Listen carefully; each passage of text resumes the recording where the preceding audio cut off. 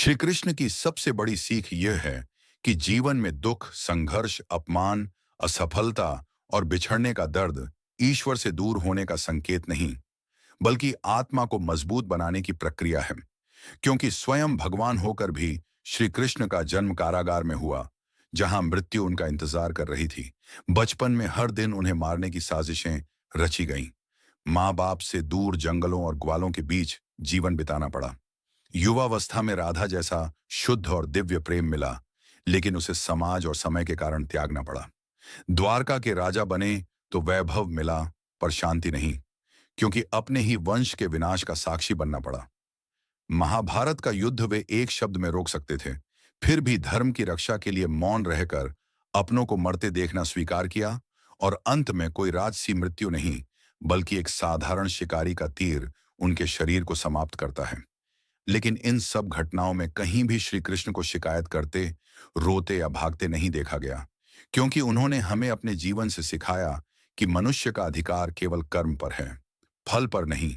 दुख तब जन्म लेता है जब हम परिणाम से जुड़ जाते हैं, और भय तब पैदा होता है जब हम भविष्य को नियंत्रित करने का भ्रम पाल लेते हैं। गीता में अर्जुन को दिया गया ज्ञान केवल युद्ध का समाधान नहीं, बल्कि जीवन का दर्शन है, जहां श्री कृष्ण कहते हैं कि अपने धर्म का पालन करो बिना आसक्ति के, क्योंकि जो हुआ वह भी आवश्यक था, जो हो रहा है वह भी तुम्हारे विकास के लिए है, और जो होगा वह भी तुम्हें वहीं ले जाएगा जहां तुम्हें पहुंचना है। श्री कृष्ण समाधान नहीं देते, बल्कि दृष्टि देते हैं, क्योंकि वे जानते हैं कि निर्णय लेकर ही मनुष्य बनता है, और जिम्मेदारी स्वीकार करके ही आत्मा परिपक्व होती है। वे सिखाते हैं कि स्वीकार करना ही शांति है, अपेक्षा छोड़ना ही स्वतंत्रता है, अहंकार छोड़ना ही मुक्ति है, और समर्पण का अर्थ जीवन से भागना नहीं, बल्कि कर्म करते हुए ईश्वर पर विश्वास रखना है। श्री कृष्ण का पूरा जीवन इस सत्य का प्रमाण है कि सही कर्म करने से जीवन आसान नहीं होता, लेकिन अर्थपूर्ण अवश्य हो जाता है।